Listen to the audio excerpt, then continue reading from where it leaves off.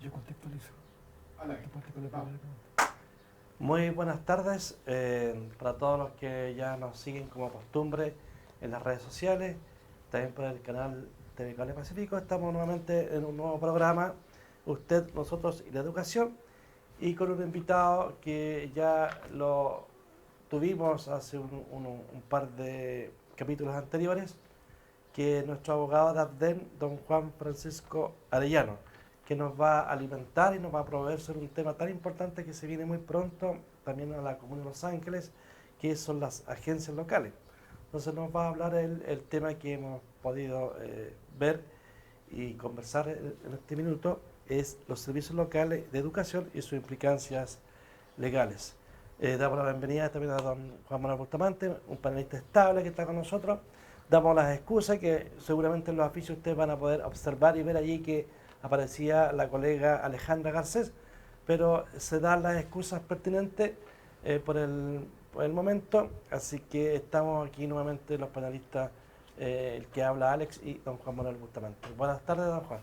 Muy buenas tardes, estimado Alex. Un agrado estar acá compartiendo el espacio, por lo que significa retroalimentar a nuestros televidentes y compartiendo la oportunidad con nuestro asesor jurídico, don Juan Francisco Arellano Sandoval.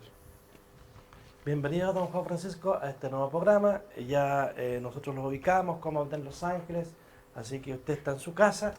Y gracias por este momento que nos va a ilustrar y nos va a dar algunas implicancias de lo que se viene el tema de las agencias locales muy prontamente en la unidad que se llaman los copigües. Hola, muy buenas tardes a todos los televidentes.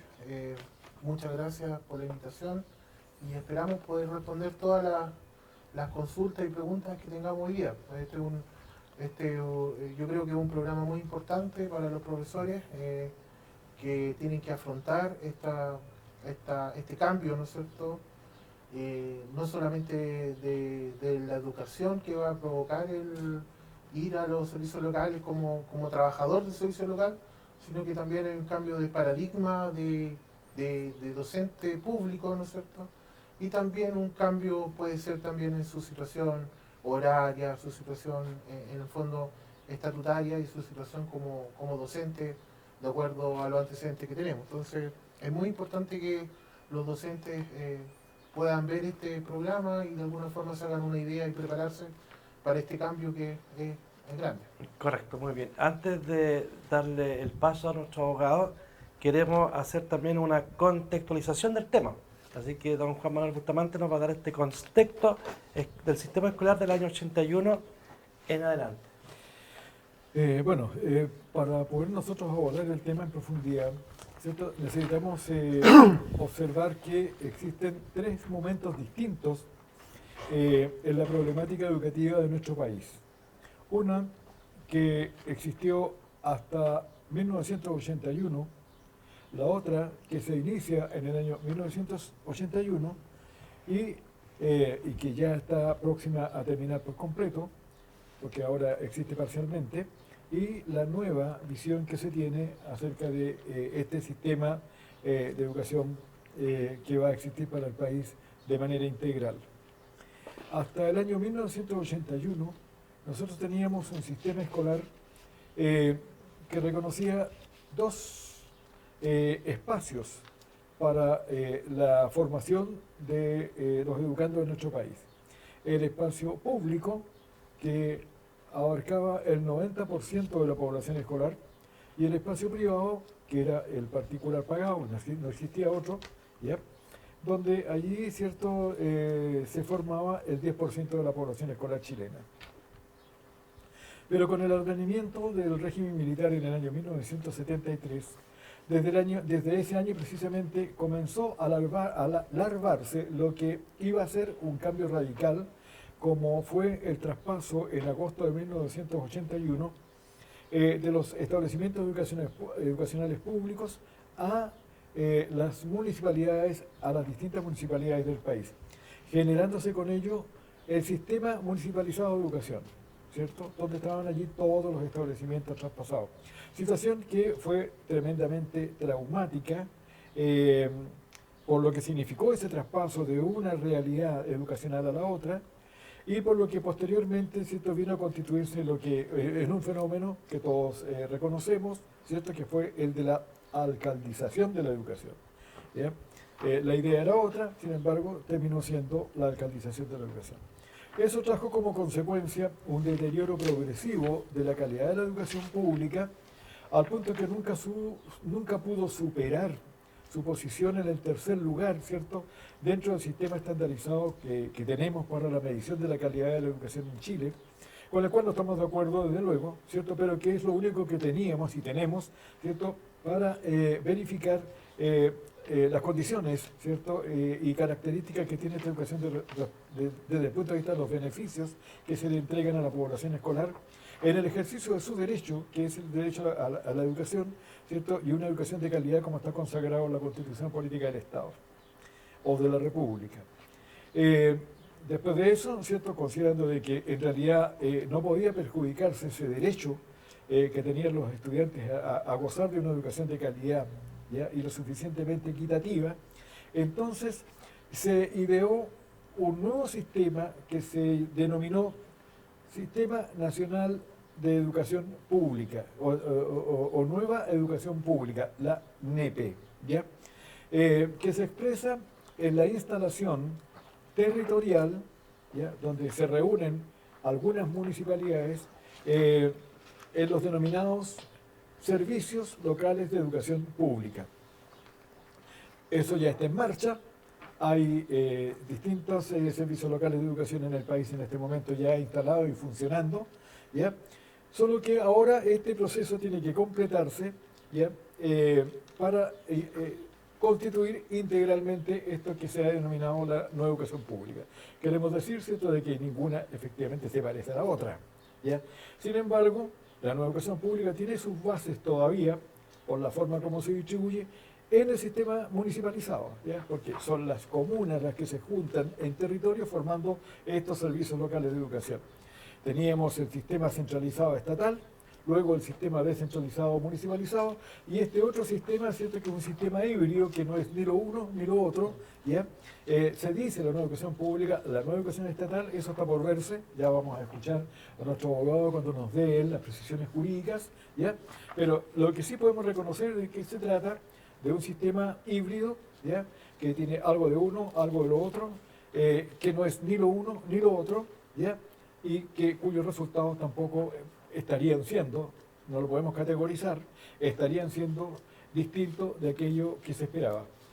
Así es que valga eso, sirva eso como un antecedente previo para luego iniciar, ¿cierto?, la formulación de preguntas a nuestro invitado de hoy, ¿cierto?, y ojalá siempre esté con nosotros para precisamente esto, para las precisiones jurídicas, ¿ya?, de distintas situaciones hoy día sobre la nueva educación pública.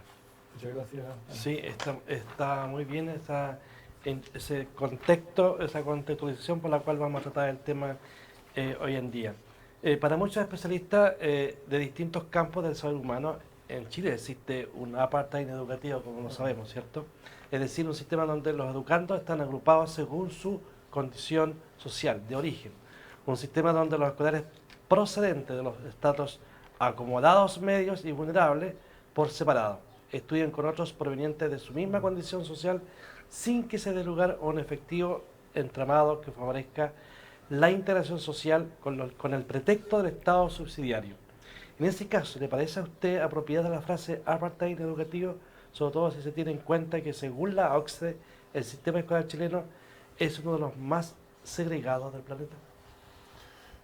Buena pregunta. A ver, yo creo que independientemente que podemos discutir si en Chile existe un apartheid, ¿no es cierto?, educativo, esto es un tema muy personal, yo creo que en Chile existe un apartheid social, o sea, va más allá del sistema educativo del apartheid o la segregación, es una segregación de carácter social, cultural. Lamentablemente en Chile tenemos esta visión de que ¿no es cierto?, la gente con mejores recursos o con mayores posibilidades de tener recursos tienen un mejor estilo de vida, tienen una forma de vivir mejor que la gente con escasos recursos. La gente con de clase media alta, vive en barrios que son solamente de clase media alta, conviven, tienen hasta las mismas congregaciones religiosas, tienen el mismo segregación social. Entonces, lamentablemente yo creo que ese es un error. Las castas sociales, ¿no es cierto?, es un tema que debería ser superado por nuestra sociedad y lamentablemente esta situación involucra más allá del sistema educativo, pero aterrizando al sistema educativo yo creo que sí, existe un apartheid. Lamentablemente esto no es una visión política o sociológica, sino que una visión en el fondo numérica, ¿no es cierto?, a través de las estadísticas que han señalado que las personas que tienen mayores recursos, ¿no es cierto?, las familias con mejor ingreso, están, ¿no es cierto?, educando a su hijo en colegios particulares y particulares subvencionados, y la gente con menos recursos no tiene la posibilidad de ir a los colegios particulares y particulares subvencionados. Existen excepciones, evidentemente. El Estado ha tenido que hacer políticas para, en el fondo, igualar la cancha, pero aún así, todas las políticas públicas relacionadas con la segregación educativa no han sido de todas correctas. Y por lo tanto, lamentablemente existe esta visión. También es un tema, a ver, si lo vemos desde el punto de vista educativo, pero desde el punto de vista legislativo, en Chile la Constitución a nosotros nos protege la libertad de elegir, ¿no es cierto?, el establecimiento educacional donde podemos llevar a nuestro hijo. Y esa libertad de elección es la que provoca, ¿no es cierto?, que nosotros queramos que nuestro hijo tenga la mejor educación, la calidad de educación mejor posible. Y ha entendido que los colegios particulares subvencionados tienen, ¿no es cierto?, los registros históricos de mejor CINCE, mejores pruebas estandarizadas. Es obvio que uno, en el fondo, buscando la mejor educación posible, tiene que llevarlo al colegio que uno pueda pagar, en el fondo. Cuando uno lo habla así, es duro, ¿no es cierto?, y lamentablemente es doloroso, porque esto implica que uno tiene una conclusión fuerte, que es que la gente con escasos recursos, si bien es cierto, en papel, en la Constitución, tiene la libertad de elegir, en la práctica no tiene la libertad de elegir, porque ellos tienen que quedarse, en el fondo, con el establecimiento educacional que se lo permita a su bolsillo. Claro. Y en ese sentido, no pueden elegir el establecimiento educacional mejor que pudieran pagar, en el fondo. Entonces, esta libertad de elección yo creo que es aparente, porque siempre va a depender de la capacidad económica que uno puede tener y la capacidad social. Muchas veces hay gente que tiene la capacidad económica, pero no tiene la capacidad social para llegar a un determinado colegio. Entonces, eso también es otra cosa. Es compleja la pregunta y también compleja la respuesta, Sí. pero eso yo creo que se puede responder. Si me permite una observación, yo creo que, primero me gusta la respuesta, ¿ya? Yo creo que va por el sentido de la pregunta. En segundo lugar, ¿cierto? Si uno considera que estar en un colegio particular pagado promedio significa, ¿cierto?, de que la persona va a extraer el 100 o más por ciento de su remuneración mensual, porque en Chile el sueldo promedio de los trabajadores es de 400 a 450 mil pesos, ¿ya? Y resulta que un colegio particular pagado que se precie de un colegio intermedio de calidad, la educación, etcétera, etcétera, bordea los 500 mil pesos mensuales, ¿ya? Entonces, derechamente, ¿cierto?, aquella otra persona, como lo dice Juan Francisco, no tiene pero ninguna posibilidad, ¿cierto?, de llegar a competir en igualdad de condiciones que otros compañeros suyos, ¿cierto?, que van a ser tan solventes que sacar 500 mil pesos del ingreso mensual, ¿cierto?, va a ser, perdón por la expresión, ¿cierto?, perdón por lo coloquial, un pelo de la cola, ¿ya? Pero para ellos va a significar, ¿cierto?, olvidarse de todo, ¿ya? Porque o es la educación, o es comer, o es el techo, o es el pan, o es el abrigo, o es el ocio planificado, por ejemplo. Así que interesante eso. De hecho, la OSD, ¿cierto?, realizó estudios en Chile y a nivel planetario, ¿cierto?, y llegó a establecer que efectivamente Chile era uno de los países más segregados del mundo en materia educacional, ¿ya? Porque los pudientes están con los pudientes, los intermedios con los intermedios y los vulnerables con los vulnerables, rompiéndose además, ¿cierto?, la posibilidad de establecer un tejido social como era el que existía antes del 73, donde el hijo del médico, el hijo del abogado, el hijo del jefe de servicio, qué sé yo, el hijo del profesional en general, era el humilde trabajador, del caballero que barría la plaza, etcétera, etcétera, se encontraban todos en la misma sala de clase y se conocían todos y cada uno era referencia para el otro. ¿Ya? Donde el más humilde tenía como referencia al más pudiente y de modo que se constituyera, ¿cierto?, en su meta. Y el otro, ¿cierto?, tuviera como referencia al más vulnerable, de modo que se representara para él hacer un esfuerzo personal para no tener condiciones semejantes a esas. ¿Ya? Entonces, a mí me parece muy interesante la respuesta que nos acaba de dar nuestro asesor jurídico. Dicho eso, pasamos a la siguiente pregunta. ¿Ya? Dice: para nadie es desconocido que la educación municipalizada, según el modelo estandarizado de evaluación dispuesto para la misma, ha tenido y tiene los peores índices de calidad de todo el sistema escolar chileno. En función de ello, ¿le parece a usted que la municipalización de la educación estatal fue una medida prudente o la mejor medida al momento de ser adoptada por las autoridades de entonces? ¿Cuánto tendrá de verdadero aquello de que la segregación del sistema escolar obedeció al interés de hacer una clara separación entre quienes serían a la postre unos los encargados de dirigir las grandes empresas públicas y privadas, otros los mandos medios de las mismas y los demás, la gran mayoría, la mano de obra barata a tener disponible, tal que se ha dado en algunos países emergentes del mundo asiático, por ejemplo, en Singapur, ¿cierto?, en la India, donde le pagan a uno con alpargatas, al mes y estamos listos, pero son potencia económica en este momento. ¿Qué le parece eso? Yo creo, aquí hay un contexto histórico y también hay un contexto, ¿no es cierto?, de la historia en el fondo contada por lo académico y también la historia detrás de la historia, en el fondo. Sí, sí. La historia contada por lo académico es que la municipalización fue, ¿no es cierto?, la forma concreta de la idea de descentralización del Estado. Y por lo tanto la descentralización provocaba que en la educación pública, que era unitaria, ¿no es cierto?, y de forma centralizada, se descentralizara para que en el fondo hubiera una libertad en este tema y que las decisiones y los errores de las decisiones centralizadas no repercutieran en todo en el fondo el órgano. Esa es la idea de la descentralización, en el fondo, que haya mayor autonomía individual y mayor autonomía también de la base media.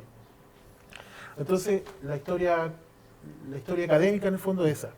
La municipalización nace como una forma, ¿no es cierto?, de que los cuerpos intermedios tengan mayor autonomía y bueno, y eso también es lógico con la línea histórica y la línea política que tenía, ¿no es cierto?, el plan constitucional del gobierno militar, de que era, ¿no es cierto?, darle mayor autonomía y libertades a toda la...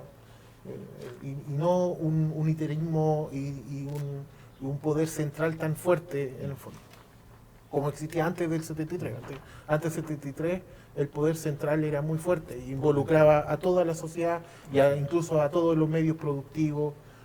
El caso de Llanza y todas las demás empresas estatales es un caso de eso. Claro, exactamente. Entonces, la historia contada, que nos pueden contar los libros de historia, que nos pueden contar los académicos, eso. Pero la historia detrás de la historia es, o se ha contado, de que la municipalización obedece a dos puntos. Uno, la posibilidad de atomizar la fuerza, ¿no es cierto?, que tenían los docentes como fuerza sindical. Entonces, si habían muchos jefes de los profesores, se atomizaba la fuerza de los docentes desde el punto de vista de la pelea sindical. Por lo tanto, no es lo mismo pelear 40.000 profesores contra el Estado que pelear, ¿no es cierto?, 200 profesores contra un alcalde. No, la fuerza sindical no era... Entonces, eso por un lado. Perdón, ¿sí?, para la gente, atomizar, achicar, claro. Disminuir el poder y la capacidad de la gente. Entonces aquí se aplica en el fondo el adagio, no me acuerdo si fue Maquiavelo u otro, que decía, ¿no es cierto?, divide para conquistar. En el fondo ese es el planteamiento. Dividamos para conquistar el tema sindical. Entonces se atomizó. Eso, bueno, y eso también está dentro, si uno lee, por ejemplo, los discursos de Piñera, de José Piñera, cuando habla del plan laboral, lo primero que dice, sabe que la única forma de cortarle la fuerza al sindicalismo es fraccionándolo. O sea, si fraccionamos el sindicalismo, lo matamos, porque ya no tiene la fuerza. De alguna forma eso fue.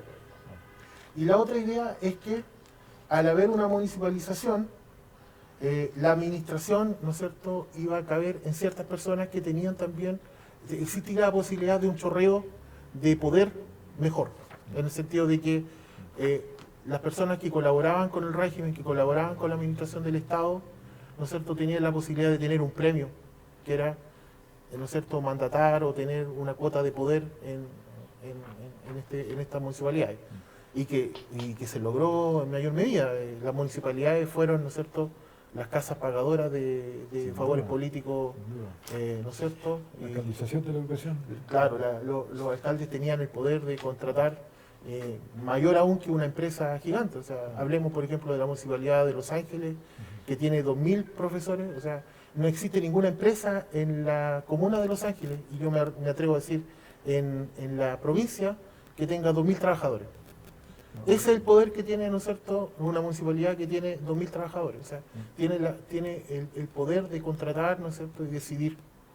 Y ese poder, ¿no es cierto?, se establece a través de la municipalización. Entonces, esas son el contexto de la historia detrás de la historia. Puedo estar equivocado, puedo estar, ¿no es cierto?, puede ser que nunca esto es un invento tipo Baradit de la historia, pero es lo que por lo menos se ha sostenido, yo lo que he leído y lo que yo he escuchado y lo que yo también creo.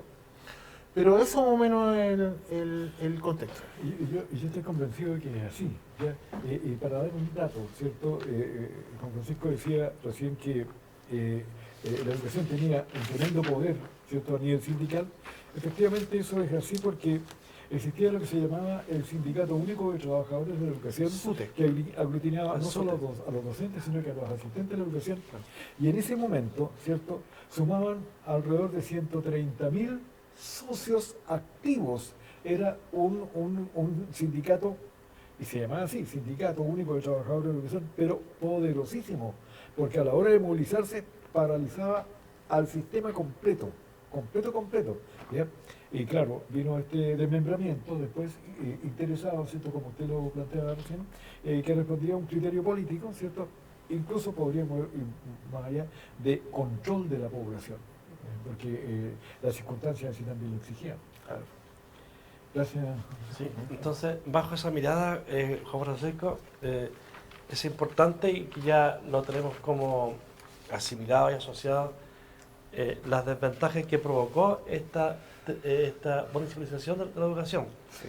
Y ahí han nacido, producto de lo mismo, gritos de una nueva educación. Claro. ¿Cómo tú ves eso? Sí, lo que pasa es que efectivamente la municipalización provocó dos cosas. Uno, es que las políticas públicas de educación no se pudieran aplicar de forma estándar a todos los educandos en el fondo. Porque no era lo mismo la política pública educativa de la Municipalidad de Andacollo con la política pública de la Municipalidad de Vitacura. Claro. Por lo tanto, eso provoca de alguna forma un desmedro y un sistema, ¿no es cierto?, en donde no se podía de alguna forma estandarizar la educación para efectos de mejorar la calidad de todos y de todas. Entonces, evidentemente que eso era un tema complicado para el sistema educativo municipal. Y el otro problemática que tiene el sistema municipal es la administración propia del sistema educacional que viene de cada alcalde. Cada alcalde que tiene un pensamiento político diferente, cada alcalde que tiene, ¿no es cierto?, una forma de actuar diferente, cada alcalde que tiene, ¿no es cierto?, una visión de administrar el personal humano diferente. Y eso provocó una serie de injusticias en muchas comunas, exoneraciones por un lado, supresiones de horas, despidos que no correspondían.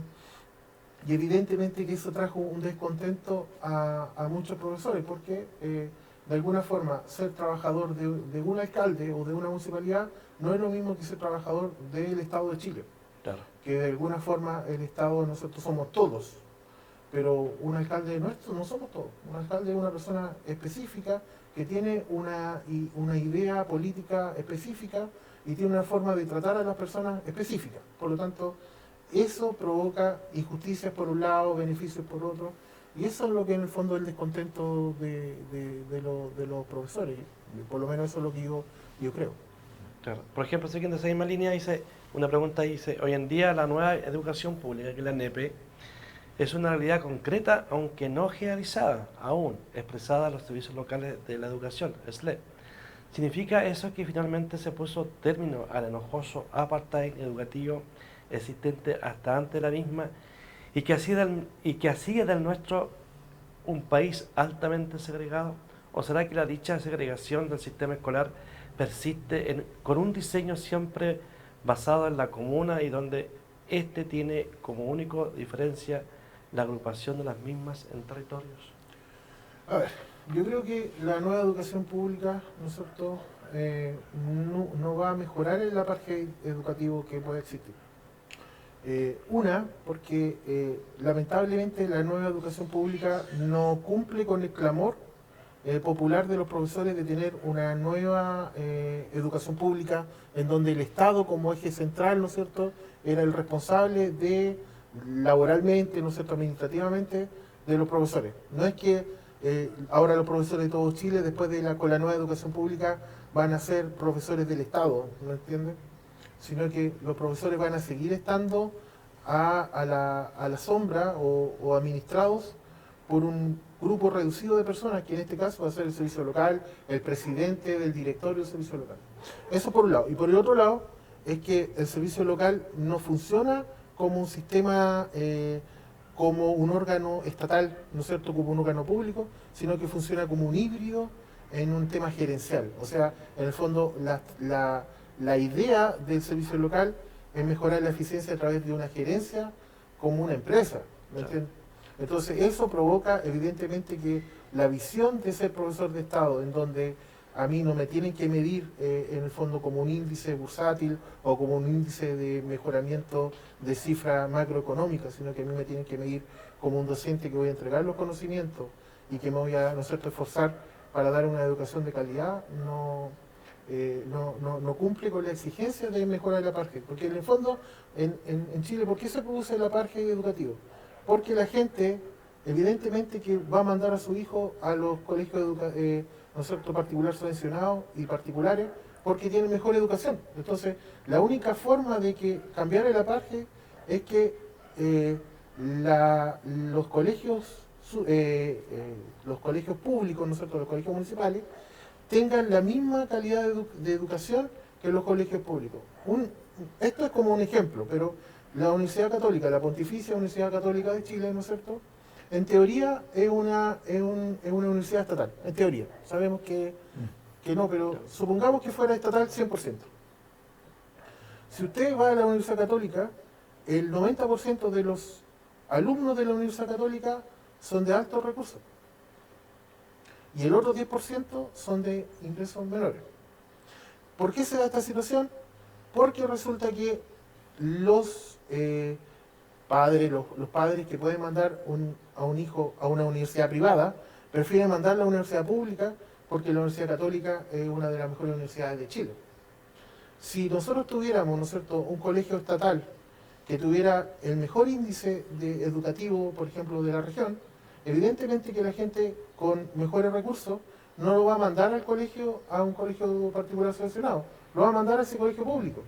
En el fondo, el apartheid se produce no porque yo quiera segregar como familia, ¿no es cierto?, a mi hijo para que se junte con pura gente del mismo índole social, sino que yo quiero que mi hijo tenga la mejor educación posible, porque eso va a producir que mi hijo llegue, ¿no es cierto?, con mejores condiciones a la universidad y llegue con mejores condiciones a ser un buen profesional. Por lo menos esa es la idea de la gran mayoría de la gente. Entonces, la única forma de mejorar el apartheid es que la educación pública, ¿no es cierto?, tenga índices, ¿no es cierto?, de calidad de educación buenísimo, a la par que los colegios particulares subvencionados. Claro. Quiero hacer una referencia cortita a la pregunta anterior, ¿ya? Sobre el poder que tenían y siguen teniendo los alcaldes dentro del sistema municipalizado. Cuestión de recordar nomás, ¿cierto?, que como lo señaló nuestro asesor jurídico, hubo cantidades y cantidades de despidos, exoneraciones injustificadas dentro del sistema municipalizado. Pero también hubo, ¿cierto? Y la tratamos en un programa específicamente, ¿ya? Una vulneración no solo de un derecho humano, sino que del derecho de propiedad de los profesores con la famosa deuda histórica. Y eso fue obra exclusiva en la ejecución, porque la política venía de más arriba, ¿cierto?, de los alcaldes, porque ningún alcalde tuvo la capacidad de decirle a la superioridad del Estado, ¿ya?, que eso era un acto de injusticia. Lamentablemente es un problema que permanece hasta hoy y que nadie ha resuelto jamás, y a lo mejor ni siquiera se va a resolver. Bueno, sobre la siguiente pregunta, me parece muy interesante la perspectiva que le está dando, ¿cierto?, a la pregunta, porque esa es la realidad que se está manifestando en este momento. O sea, a mi juicio, el sistema de educación, nueva educación pública, en realidad no revierte el problema de la calidad, ya no brinda mejores oportunidades. Por el contrario, ¿no es cierto?, lo complejiza más, ¿ya? Cuando van tres comunas, por ejemplo, o 4 o menos, ¿cierto?, dentro de un territorio que se define como servicio local de educación, ¿ya? Y si ya era complejo administrar una comuna, 3 comunas va a ser más complejo todavía, porque allí van a estar 3 alcaldes enviando a sus emisarios, ¿cierto?, y cada uno haciendo su trabajo, ¿cierto?, político, que es el que generalmente hacen.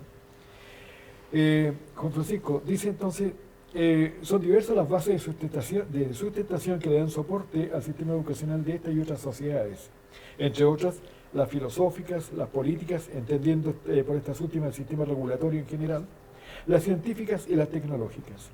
Sobre este particular, teniendo en cuenta las bases jurídicas de la nueva educación pública, ¿podría explicarnos en qué consiste esta nueva concepción del sistema escolar? ¿Cuál es su estructura y funcionamiento? ¿Y cuáles los espacios de toma de decisiones? Pero sobre todo, marcando sus diferencias con el sistema municipalizado ya en obsolescencia. Ya. Sí. A grandes rasgos, a ver, la estructura de un servicio local parte de la base, ¿no es cierto?, que está compuesto por 2 o más comunas. O sea, el servicio local toma todos las propiedades, ¿no es cierto?, tanto la propiedad, los bienes jurídicos como los bienes, ¿no es cierto?, materiales de todos los departamentos jurídicos, o sea, los departamentos de educación, perdón, de las comunas, y lo asume como propio. ¿Eso qué significa? Que todos los colegios, todas las cuentas, todos los derechos, ¿no es cierto?, las acciones, y también el capital humano, que son los docentes, los asistentes de la educación, se apropia, ¿no es cierto?, el servicio local para ello al crear esta corporación. O no lo llamemos corporación para no confundir, pero en el fondo este servicio local, ¿ya? Entonces, el servicio local parte con este patrimonio, pero ojo, también parte con la deuda. Si es que no se hace un proceso de formalizar cuáles eran las deudas, ¿no es cierto?, liquidar, ¿no es cierto?, las deudas que tenía cada municipalidad respecto al DAEM. O sea, ¿qué es lo que significa eso? Es que cada DAEM, antes de que empiece el servicio local, tiene que hacer una auditoría. Y esa auditoría, ¿no es cierto?, tiene que determinar cuántas son las ganancias o el fondo del patrimonio neto que tiene ese DAEM, pero también cuántas son las deudas que tiene el DAEM con todos los acreedores que podría tener. Si se hace la auditoría, el servicio local parte en el fondo sano, porque parte sin deuda, parte con lo que tiene.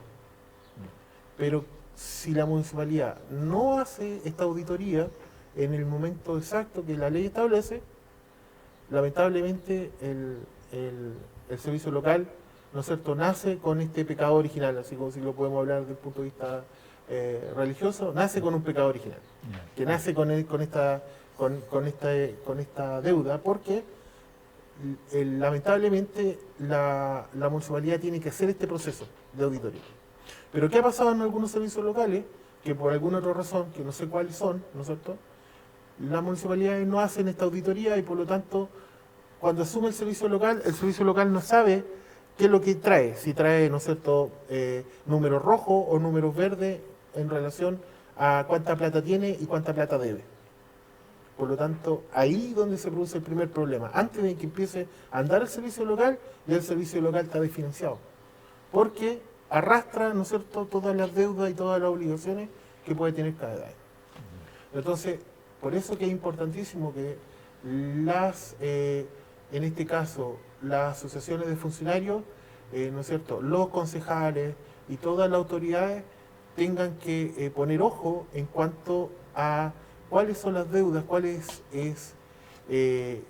la auditoría que pueda tener la municipalidad respecto a los DAE. Y que evidentemente eso va a provocar ver cuál es el estado actual y la salud financiera que puede tener el DAE, que muchas veces se han dado sorpresas. O sea,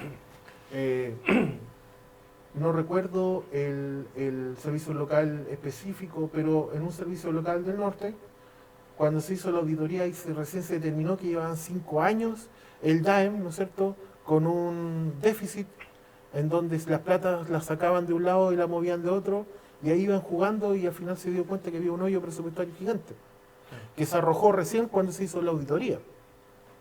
Entonces, por lo tanto, es necesaria esa auditoría y es necesario que las autoridades, ¿no es cierto?, que son encargadas de supervigilar el patrimonio de las municipalidades, también pongan ojo. Y también las asociaciones de funcionarios para velar también por los derechos de los trabajadores. Poder determinar de qué forma, ¿no es cierto?, la municipalidad va a entregar al servicio local el patrimonio. Eso es por un lado.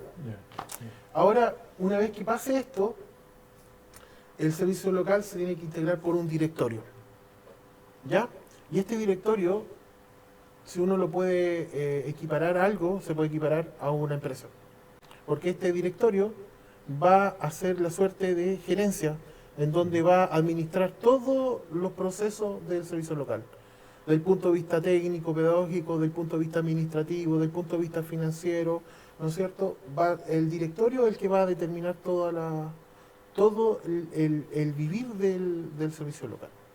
Y también, ¿no es cierto?, van a haber cuerpos inferiores, en donde van a haber estamentos inferiores hasta llegar a cada establecimiento educacional que se va a representar en el fondo por un director.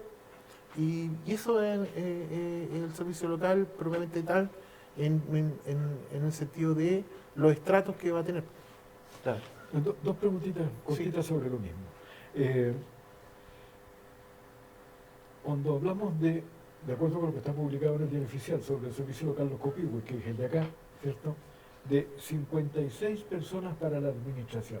Son los empleados del sistema que van a administrar y no el Consejo de Administración. No, claro, el directorio es Son diferente. distintos. Sí. Ya, esa es una pregunta. La otra pregunta, de acuerdo con el PADEM pasado, ¿ya?, en Los Ángeles, teniendo en cuenta la población escolar existente en el Sistema Comunal de Educación de Los Ángeles, ¿ya?, los ingresos que se producen por esa misma población escolar, ¿cierto?, y una sobredotación docente de 510 profesores. ¿Qué va a pasar con eso al momento del traspaso a la municipalidad? Sobran 510 profesores. Claro. Más hay que contar los docentes de Cabrero y Jumper. Bueno, esa es una pregunta que es importante dilucidarla.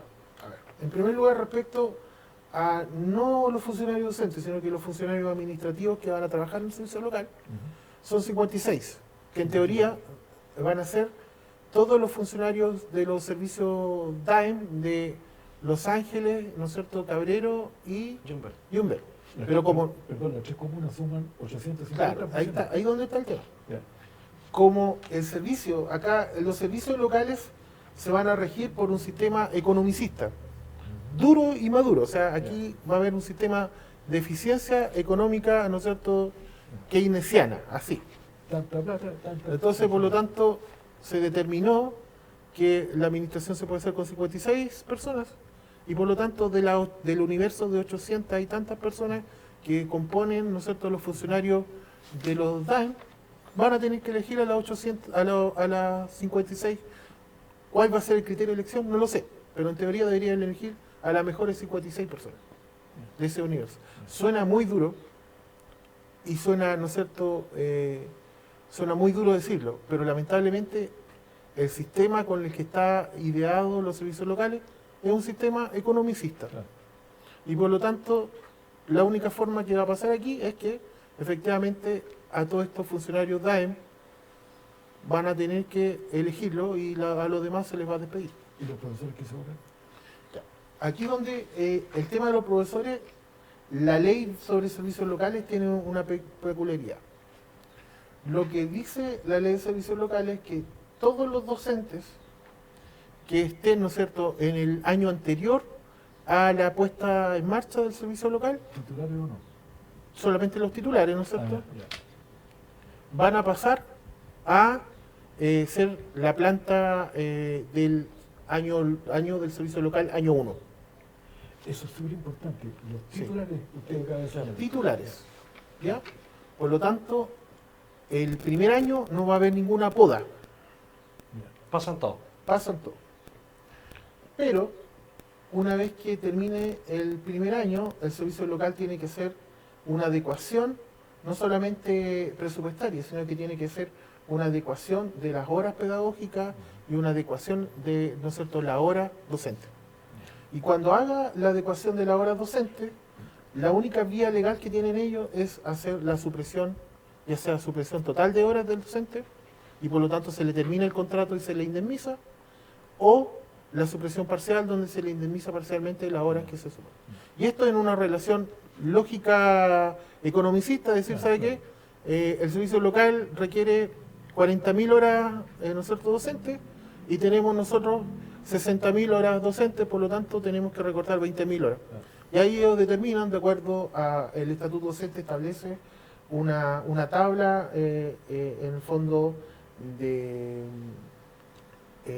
elección para la supresión total de horas, en donde se tiene que determinar quiénes son las primeras personas que se le tienen que suprimir, y así hacia abajo se va determinando, de acuerdo a esta tabla, ¿no es cierto?, quiénes son las personas que se les debe suprimir primero la supresión total de horas, ¿ya? Una orden de prelación, en el fondo, una tabla de prelación. Entonces, eso es lo que va a pasar, lamentablemente. Y esto es porque el sistema construido del servicio local es un sistema, en el fondo, como una empresa. Claro. Entonces, ahí donde nosotros entendemos qué educación pública existe esta, si en el fondo el modelo de administración Sí. es un modelo Empresarial. empresarial. O sea, aquí donde ahí están las contradicciones de la ley. Pues, Claro. o sea, si nosotros queremos una política de educación pública, la administración de la educación pública tiene que haber sido como se hace la administración pública. Evidentemente que siempre van a haber desvinculaciones, despidos y términos, pero no con una visión gerencial, sino que con una visión, ¿no es cierto?, del servicio que se presta a la comunidad. Perdón, Alex, para que el colega lo tenga claro en su casa, ¿cierto? Pasan todos los profesores titulares al Servicio Local de Educación. Por lo tanto, la ley no garantiza para ningún colega que esté en condiciones de contrata, ¿ya? Porque en este caso, ¿cierto?, de acuerdo con lo que nos explica nuestro abogado, ¿ya?, el asunto es claro y categórico, solo los profesores titulares. Y luego de transcurrir un año, viene, ¿cierto?, la otra poda, ¿ya?, que es de acuerdo, ¿cómo se llama?, a cómo se dé, ¿cierto?, las características del trabajo de cada uno, y allí se adoptarán criterios que se establecerán sistemas, ¿cierto?, que permitan dejar, entre comillas, a los mejores en beneficio de los educandos que esperan por una educación de calidad. Complejo, terrible. O sea, como traumático. Pero Claro. siempre hay que salvaguardar aquí, don Juan, el hecho de que el profesor titular pasa, pero siempre va a haber este año de implementación de la agencia local. Claro. O sea, ese año, en el fondo, quiere decir, todos pasan. O sea, pasa el titular como el por legítima confianza. Sí, eso es importante dar cuenta, que Claro. los profesores de contrata, como es ahora, en el fondo, se les va a renovar su contrata siempre y cuando cumplan con los requisitos de, ¿no es cierto?, la confianza legítima. Claro. Ese es el tema, que hayan tenido, ¿no es cierto?, 2 años de contrata continua. Disculpe Pero, sí. que le interrumpa. ¿Qué pasa con aquel colega que tiene legítima confianza, pero en carrera docente es experto o avanzado? ¿Qué pasa ahí? Igual se le despide en el momento que requiera Es que lo que pasa es que disminuir el personal. la legítima confianza es un principio instaurado por la Contraloría, que si bien es cierto está obligado obliga a la municipalidad, ¿no es cierto?, a respetar la renovación de ese profesor, porque la legítima confianza no es más que la espera legítima que tiene este docente de volver a trabajar el próximo año. O sea, es la posibilidad cierta de que él sabe que no tienen por qué no renovarle la contrata por cualquier razón, ¿ya? Pero la legítima confianza igual tiene excepciones. ¿Cuáles son las excepciones? La excepción es que yo igual, aunque tenga legítima confianza, se me puede terminar mi contrata si es que se fundamenta con criterios técnico-pedagógicos que ya no es necesaria la contrata. O sea, ¿qué significa eso? Aunque yo tenga más de 2 años en contrata, si el servicio dice, ¿sabe qué? Yo tengo fundamento y se establecen en la carta de término de la contrata, de que sabe que yo no le voy a renovar la contrata a usted porque evidentemente existen criterios técnico-pedagógicos tales como, ¿no es cierto?, lamentablemente usted hacía japonés, por ejemplo, idioma japonés, y resulta que ya no hay ningún niño que hable japonés, o no sé, yo soy profesora de francés y ya se cerró el plan de francés en el educativo. Entonces, eso que es un elemento técnico-pedagógico, es válido para yo terminar la contrata, ¿ya?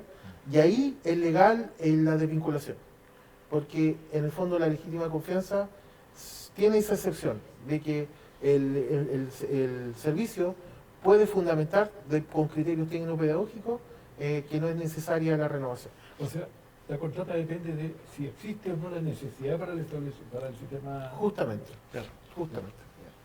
Ahora siguiendo esta línea, que ya hemos respondido en grosso mayor la pregunta que estaba antes, pero siguiendo más de fondo. Aquí es que ya tenemos servicios locales, ¿cierto? En educación en varias partes del país. Respecto de tal situación, ¿podría compartirnos algunos antecedentes relacionados con el respeto a las condiciones del traspaso del personal a la nueva realidad, que es la nueva educación pública? ¿O cuáles han sido los resultados prácticos a favor o en contra que han tenido la SLE y cuál ha sido su impacto en la dotación del personal docente y asistente de educación? ¿Y cuál es el panorama de las obligaciones previsionales de la SLE con el personal en general? Una pregunta amplia de muchas preguntas, de varias preguntas. Sí, es una pregunta amplia y voy a tratar de responderla de la mejor forma posible. La experiencia práctica que existe, sobre todo, es de los primeros SLEP. Entre ellos, el primer SLEP instaurado el año 2019 es el SLEP de Chinchorro, en Arica. Y uno de los grandes problemas que tuvo, y también en la Araucanía Costa también otro SLEP. Los grandes problemas que tuvieron esos SLEP fue en la administración de los docentes, sobre todo en los pagos de remuneraciones y también en los pagos de cotizaciones. Y esto se debe a que evidentemente que echar a andar una fábrica de 2.000 trabajadores es mucho más difícil que echar a andar una fábrica de 100 trabajadores. Entonces, a mayor cantidad de trabajadores, mayor cantidad de problemas y mayor cantidad también de gastos. Y a menor cantidad de trabajadores, menor cantidad de problemas y menor cantidad de gastos. Entonces, los SLEP tampoco no mejora la eficiencia administrativa ni la eficiencia económica de la administración docente, en el fondo. Si nosotros lo vimos solamente, si lo vemos este tema solamente desde el punto de vista de la administración educacional, tampoco mejora la eficiencia administrativa, porque los SLEP tienen que hacerse cargo no solamente del patrimonio que llevaba la municipalidad, sino que también tiene que hacerse cargo de ciertas deudas que tenía cada municipalidad. Y como le decía yo delante, si la municipalidad no hace esta suerte de auditoría, ¿no es cierto?, la SLEP no sabe cuánta deuda arrastra ese determinado sistema educativo. Entonces, lo que se ha dado, sobre todo en Araucanía Costa, fue que hubieron 3 o 4 meses seguidos de no pago remuneraciones y arrastraban 12 a 14 meses de cotizaciones impagas. Y esto, ¿no es cierto?, es imposible uno de justificar de ninguna forma. Independientemente que sea una administración nueva, que sea una ley nueva, que sea, ¿no es cierto?, un servicio local nuevo. Tener a un profesor, ¿no es cierto?, sin posibilidad de ir al médico porque no tiene cotización y por lo tanto no tiene la posibilidad de tener FONASA, o tener lagunas legales que le va a impedir, ¿no es cierto?, jubilarse de forma correcta, me parece que es inaudito y imposible de justificar de ninguna forma. Y eso lamentablemente es lo que se ha dado en los servicios locales acá. Esto no es un invento, ustedes pueden buscar en la noticia Sí. y se pueden dar cuenta de que Araucanía Costa hubieron protestas, ¿no es cierto?, y paro debido a esto, que no le pagaban los sueldos. O sea, el SLEP no tenía la administración suficiente ni siquiera para poder llegar al sueldo, ni siquiera para poder llegar a las cotizaciones. Por lo tanto, ese es un gran problema, porque evidentemente que lamentablemente los sistemas educativos están inflados. O sea, la necesidad educativa de una municipalidad a lo mejor puede ser de 4.000 horas pedagógicas y hay 8.000 horas, ¿no es cierto?, contratadas. Entonces, y eso se debe también a que lamentablemente las municipalidades, ¿no es cierto?, no operan en el tema de la necesidad educativa, sino que también para, de alguna forma, financiar o darle trabajo a ciertas personas Correcto. que ellos estiman conveniente. Y ese es el problema. Entonces, cuando llegan al SLEP y el SLEP tiene plata, ¿no es cierto?, para administrar 4.000 horas docentes, pero tiene 8.000 horas, ¿no es cierto?, que tiene que pagar, evidentemente que se le produce un déficit que no tiene cómo hacer. Y eso no tiene culpa el profesor. Es culpa del sistema que está ideado así, es culpa de la municipalización, que se usó de alguna forma para, ¿no es cierto?, contratar. Las municipalidades tenían chip libre para contratar toda la gente que querían y en el fondo nunca hubo un control de esta situación. Y eso provoca lo que pasa ahora. Claro, como nos queda muy poco tiempo, no quiero dejar pasar una última pregunta, Sí. para después dar el paso a don Juan Manuel, que nos ilustra con los libros, la lectura, tan importante en este país. Pero AFDEN quiere prolongarse. O sea, queremos como asociación que esto traspase y lleguemos también a conformar, también ser parte de la agencia local, que es lo que espera también nuestros docentes. ¿Qué prácticas antisindicales se pueden generar con esta nueva agencia local?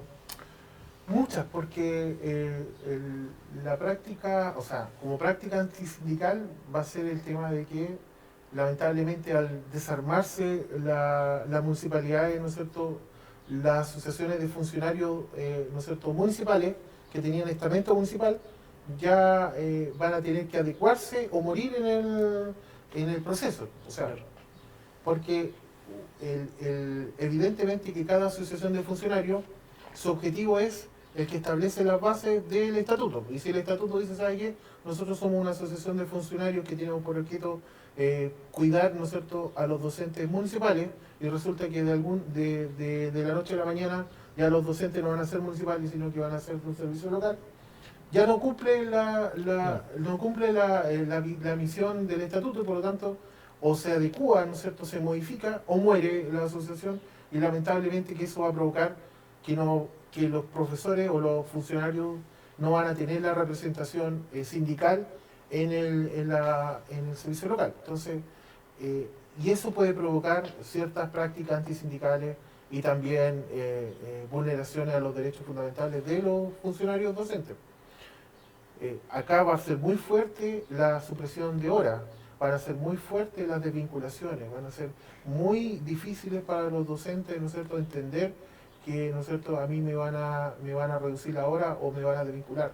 Entonces, esas cosas, si no existe una asociación de funcionarios docentes que pueda ayudar, ¿no es cierto?, si no existe los colegios profesionales, el colegio de profesores que va a ayudar, no va a haber posibilidad de que haya un contrapeso con el servicio local. Y eso es lo que necesita en este caso el trabajador, un contrapeso entre la administración del servicio local a la asociación, ¿no es cierto?, sindical. Y ese es el problema, no va a haber un contrapeso. Bien, es un gran desafío que nos espera, don Juan, el tema de la AFDEN. O sea, y en eso estamos en un proceso igual de cambio de estatuto. La idea es que ADEN no fallezca, sino que dure en el tiempo, y sobre todo en este cambio que se viene en un par de años más, el tema de la agencia local. O sea, lo importante, perdón, a tener en cuenta en este caso, ¿no es cierto?, que nosotros ya estamos trabajando Correcto. en el proceso de modificación estatutaria, ¿cierto?, para que nuestro quehacer sea territorial, ¿ya? Pensando en el Servicio Local de Educación. Sí. Y allí está la clave, como dice Juan Francisco, ¿cierto?, cambiando la finalidad, el objetivo del estatuto, que es atender, ¿cierto?, resguardar los derechos laborales fundamentales de los asociados que laboran en el Servicio Local de Educación específico, en este caso los Copihue. Allí entonces la institución, ¿cierto?, permanece incólume. Sí. Y sería lamentable, ¿cierto?, que no se hiciera eso, que no se aprobara, sobre todo por el tremendo servicio que se le ha prestado a los colegas, ya por la sencilla razón de que hemos estado haciendo eso. Yo quisiera hacer un alcance aquí de que perdón, frente a lo que puede suceder y lo que va a suceder, que esto se prolongue en el tiempo. Y como decía acá don Juan, estamos trabajando en esa mirada de poder, con la ayuda de nuestro abogado, hacer este cambio tan necesario para la asociación, para que se prolongue y permanezca en el tiempo. Y por último, si hay un colega acá escuchándonos desde Yumbel, desde Cabrero, aquí está la asociación de ADEN para que se contacte con nosotros y podamos generar estos lazos que es tan necesario poderlo hacerlo lo más pronto posible. Don Juan nos va a ilustrar sobre dos libros que nos va a presentar acá. sí, Y dos libros súper importantes. así que Me lo interesa dejamos. destacar lo que decía recién nuestro presidente, ¿ya?, en el sentido que nosotros estamos trabajando en esta modificación estatutaria, porque la idea es seguir prestando este servicio de protección a nuestros asociados, que no son pocos. Si tenemos 7 directores, es porque tenemos más de 1000 socios registrados. Esa es la cuestión. El número de directores dice relación con el número de socios que tienen las organizaciones, ¿ya? Si fuera menos de 1000, entonces tendríamos 5, pero tenemos más de 1000, ¿ya? Y en consecuencia, ¿cierto?, ahí están los 7, y podríamos llegar a mucho más todavía. Ahora, bueno, cuando sea el Servicio Local de Educación, desde luego esto va a aumentar mucho más, ¿ya? Pero yo les tengo algunas novedades para más adelante sobre ese tema que son bien interesantes. Tremenda tarea nos queda, pues, Juan Francisco, con todo esto que ha pasado. Sobre el cambio de paradigma, ¿cierto? Como es pasar de la educación municipalizada a esta educación híbrida, como la hemos denominado, ¿cierto?, que es la nueva educación pública. Tenemos 2 libros acá, porque, ¿por qué digo 2? Porque siento que van de la mano, ¿ya? Buena parte de los conflictos entre personas, ¿cierto?, y entre grupos de personas se producen, ¿cierto?, porque no sabemos escuchar. A veces nos interesa escucharnos a nosotros mismos más que tener, ¿cierto?, la idea integral de qué es lo que se está diciendo en un espacio social determinado. El arte de escuchar, de Julia Cameron, ¿ya?, nos hace aporte en ese sentido, ¿ya? El arte de escuchar, de la editorial Aguilar, ¿ya? Nos entrega interesantes fundamentos para tener una mirada, ¿cierto?, distinta, y donde se llega a un proceso de transformación comenzando por uno mismo, porque uno siempre espera que sea el otro el que cambie, ¿ya? Pero muchos especialistas, y no solo de ahora, ¿ciertos filósofos en la antigüedad siempre dijeron eso, antes de pretender que cambien los demás, ¿cierto?, interésate por cambiar tú mismo primero y después, ¿cierto?, vamos por el resto, ¿ya?